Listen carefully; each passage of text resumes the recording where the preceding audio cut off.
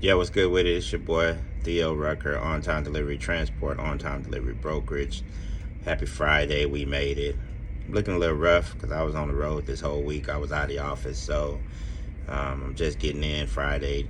Typically, when I drive, I like to get back in on Friday afternoon, do payroll, sign checks, make sure everything good, get my guys ready for the following week. I don't drive every week, but you know, right now with the state of trucking, you have to do what you have to do. You have to make adjustments, and I'm very good at making adjustments. So this my baby. Whatever I have to do, I have to do. Um, so yeah, I drive a little bit. I'm never gonna talk numbers, my numbers, because I'm not here to sell a lifestyle. I'm not here to sell a dream. I'm here to give you information about trucking, and with that information, you make the best decision for you and your family. So you may come in trucking and making way more money than I ever seen, or I might tell you what I do and you want to go do the same thing and you don't make the money I make, then I look like a liar. So we're never going to talk numbers. We can talk numbers on a personal basis through a private session, but for the most part, just going to give you information. Your payment to me is to hit the like and subscribe button, leave a comment telling me what videos you want me to make or any question you have, and I do my best to answer them. So today we're going to talk about how to transition from a company driver to an owner operator, or a leased owner operator, or an operator with your own authority. I'm trying to keep this short and sweet. The first thing you have to do is have a business plan. You have to have a business plan, and you have to seek wise counsel. Do I believe that everybody should start off as a company driver? Of course. I mean, the experience is pivotal. Let me tell you something, and listen to me when I tell you this. The easiest part of trucking is driving a truck. The back end part of trucking is brutal. It is a lot of stuff that you have to know. Is it worth it? Absolutely. The American dream, financial freedom, entrepreneurship, living your dream instead of somebody else's. But to be able to lead, you have to be able to follow. So I think everyone should at least drive a truck as a company person for 2 years. There's always exceptions to the rules, but that's just my opinion. 2 years minimum. I would be safe to say 5 years. It just gives you time to understand the truck, learn the business, just get the experience driving. So back to the how to make the transition. Get a business plan. Before you start your trucking company or getting leased onto another company, create your LLC. Every state differs, but you just contact your Secretary of State, pay a filing fee, and you get your LLC. Then open up your bank account. You're technically, they say your business doesn't start until you have a bank account. You don't have to have an active MC USDOT number to start your trucking company. I mean, you can start to build your trucking company before you even buy your truck and hit the road. So while you're driving as a company guy and learning the business, start your company, get your name, get your LLC, start to create your dream, your legacy, and suck up much knowledge as you can. In my opinion, I tell you to stay away from those trucking gurus who can tell you how to do what they never done. Meaning, don't go buy no dispatching course from somebody who never drove a truck. I mean, the best dispatchers are ex-drivers. It's not up for debate. How can I tell you how to do what I never done. The experience of going to a shipper and waiting to get loaded, tarping the load, then having to drive 600 miles overnight to be there the next morning to get the next load. I mean, the best teacher is experience.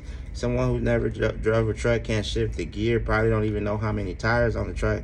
They can't tell you how to do that. A book can only teach you so much.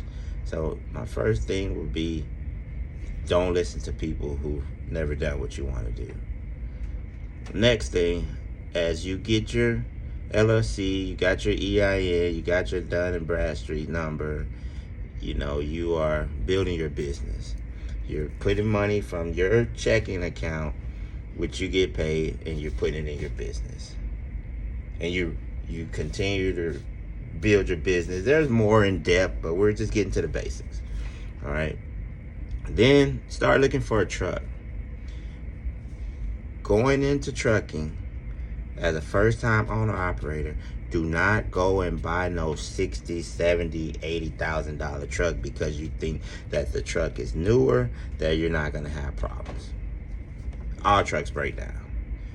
The DOT can take a brand new truck off the line and find issues with it. So when buying a truck, it's pretty much about maintenance, how well the truck's been kept. Believe it or not, I run trucks that are 95, 94, 97, 2003, 2007, 2008, 2012, 2014. I don't have any truck newer than a 2014. And it's not because I can't afford it. It's just that most people think the newer the truck, the less issues and the better. Well, it's honestly opposite. There's always exceptions to the rules. You can buy an older truck. It's going to be way cheaper on maintenance. It's going to be much easier to work on. That's going to save you money and downtime right there. These newer trucks, I mean, you have to take them to the dealership to get them worked on. These older trucks, it's just like older cars. You can take it to the smaller shops and they can fix it and get you back going. So get that notion out of your head that newer is better. That doesn't apply in trucking. So don't go and finance your first truck if you can help it. And if you do have to finance a truck, don't buy no really, really expensive truck because you're new to this. You don't know what's going to happen. Take a mechanic with you to look at the truck, if you go and buy a truck and they telling you can't take the truck to your mechanic to get it checked out, you don't need to buy that truck. Do not go and buy a truck blind. Take someone who knows trucking, who knows mechanic side of it, to help you buy that truck. Next, if you're gonna buy a truck finance, don't finance a trailer. I mean, the business is up and down. It changes all the time. So 50% of your fleet need to be paid off at all time. If you don't have 50% of your fleet paid off, you don't need to be expanding your fleet. So if you got 2 trucks and 2 trailers, 1 truck, 1 trailer need to be paid off. I mean, it's just good business. You're in this for the long haul. They say men lie, women lie, numbers don't. Well, in trucking, the numbers don't tell the whole truth. Because, I mean, you can be making $10,000 a month, and have one breakdown and it costs you $30,000. So, just because you might go 3-4 weeks, you might go 6 months with no major issues. And then the next 3 months, it might cost you $10,000 a month in maintenance. It's possible. It's a very tough business. So, buy a truck that's affordable and start slowly, gradually. Build up to a better truck or more horsepower. And also understand the business you want to do in trucking, because there's a bunch of variables to trucking. There's a bunch of different ways to truck. So you need to buy the truck that fits what you're going to be doing. For example, you don't want to go try to do heavy haul with a 10-speed truck with, you know, small rear ends. If you're doing heavy haul, you want to go find your heavy haul truck. I mean, if you're doing reefer load, you really don't want no flat top truck. I mean, it doesn't make sense because you're going to burn more fuel because the wind's going to be pushing you all the time. Those are things that you're going to learn.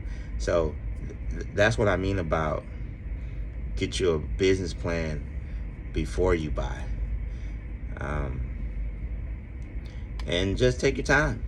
Just take your time. That's the biggest advice I can give you. I kind of went over my time. I don't want to really go over time, so I'm going to stop this right here. But if you need a little more in depth or you want to talk to me personally, just leave a comment and I'll get back with you. Please push the like button and subscribe.